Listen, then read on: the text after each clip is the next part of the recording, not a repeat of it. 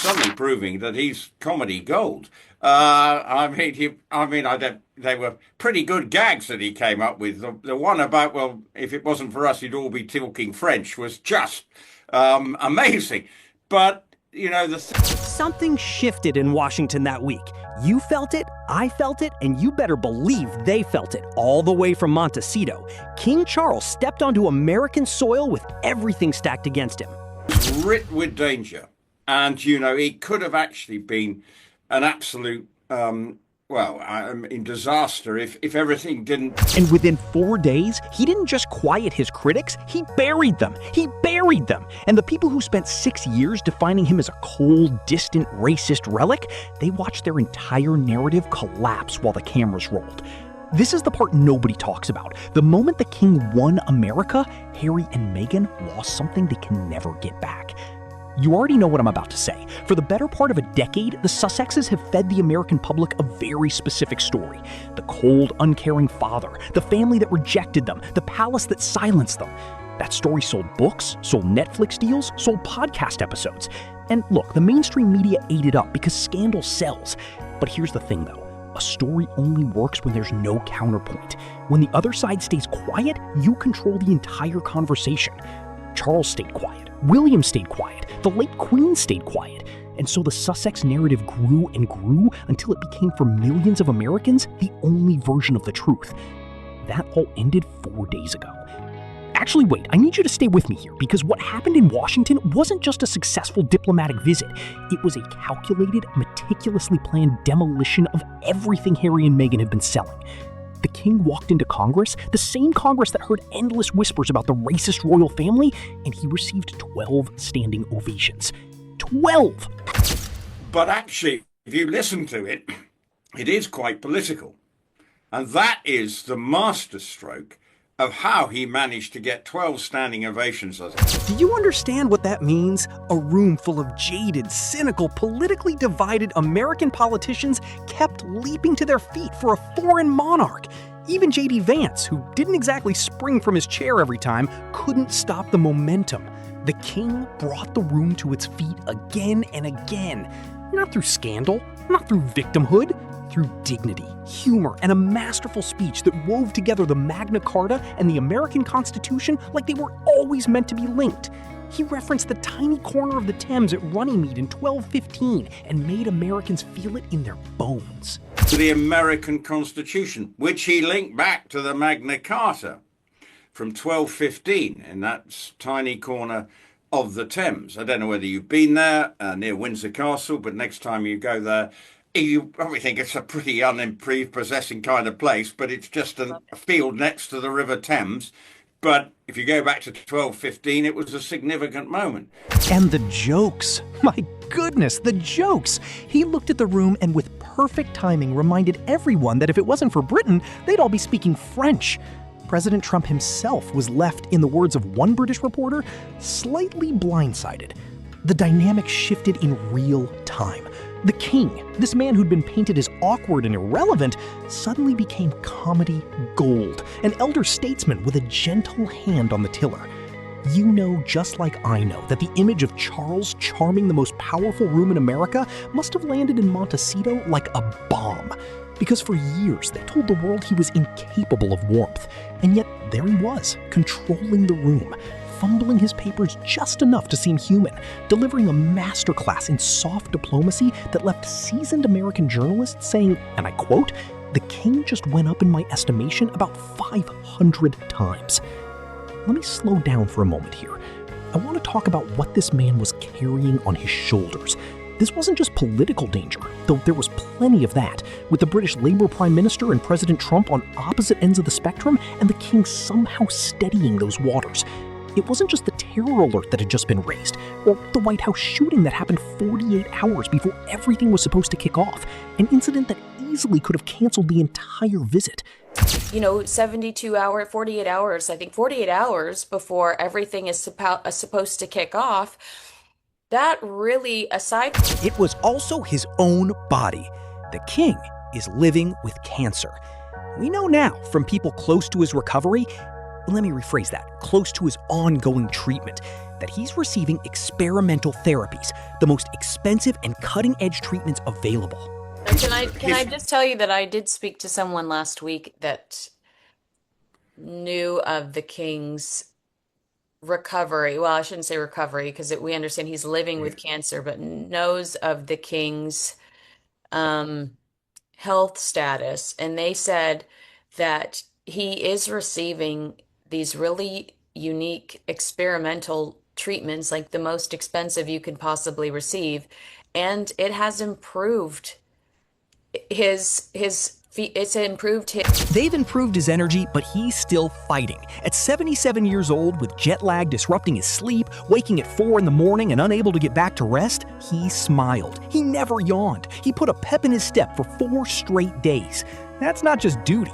That's a man who knew this was his moment to define his reign. And he did it while the people who called him a monster watched from their California mansion. Now here's where it gets interesting. You need to ask yourself why, on the very same day as Prince William and Princess Catherine's 15th wedding anniversary, and right in the middle of the King's triumphant state visit, a conveniently timed article dropped in People magazine. In the middle of the state visit, and on the same day as Prince William and Princess Catherine's 15th wedding anniversary, then the Sussexes deemed their Australia tour a great success and announced plans to use it as a template for future quasi-royal tours. Further tours, I think Africa is not in the article, but someone. Africa's on the agenda, they whispered. Someone told me that. Imagine Meghan Markle standing next to malnourished children with the outfit available on her app within seconds. That's not an accident. That timing was not an accident. The same magazine that breathlessly reported Meghan's solo trip to Chicago for a college friend's child's communion? But you know how I know it's true? Effing People magazine. Yeah, exactly. Meghan Markle makes solo trip to Chicago for godson's first communion. Communion, okay. Complete with the detail that she didn't have any special accommodations.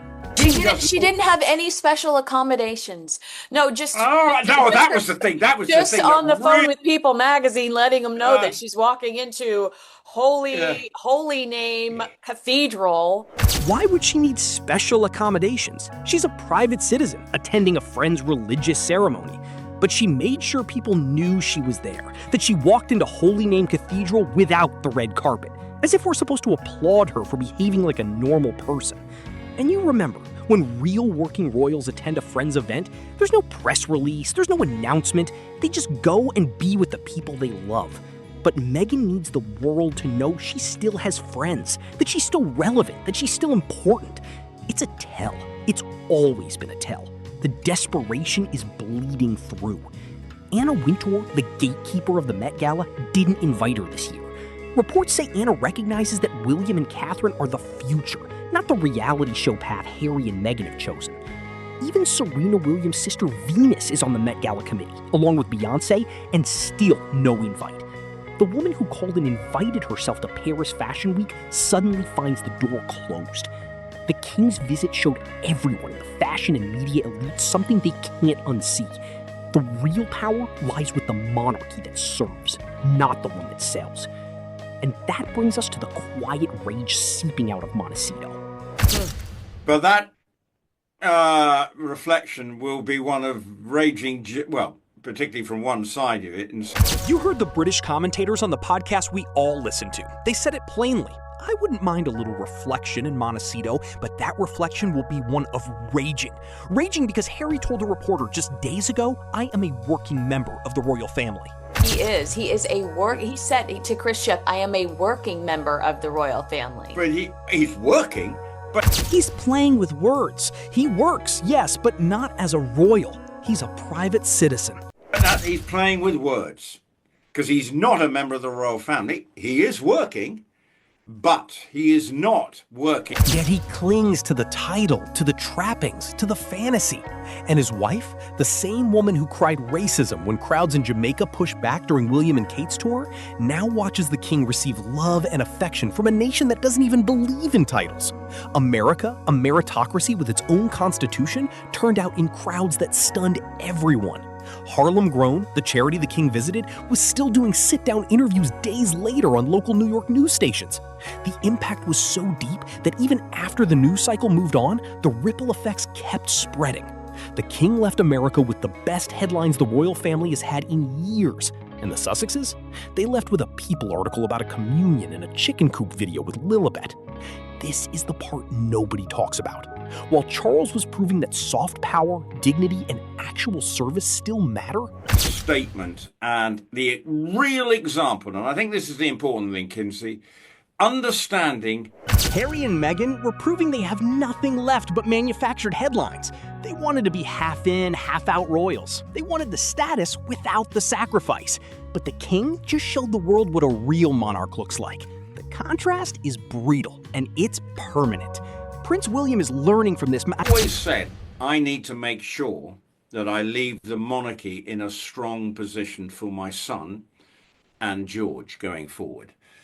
And I think this week will have given renewed confidence to the people within the royal household that insiders say the king's success has paved the way for the future Prince of Wales, giving him a template for how to represent Britain on foreign soil without scandal, without leaks, without cheap Oprah interviews.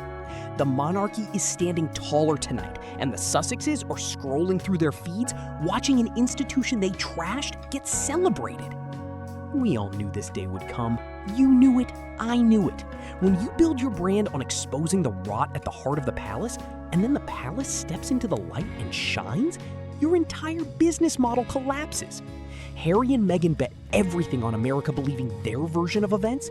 Charles just gave America a different version, with humor and grace and 12 standing ovations. So now I'm asking you directly, because I genuinely want to hear your thoughts. Is this the moment they realize they're losing? Or do they double down and try to manufacture another crisis? Let me know in the comments below, and share this video with someone who needs to see the truth. Thanks for watching.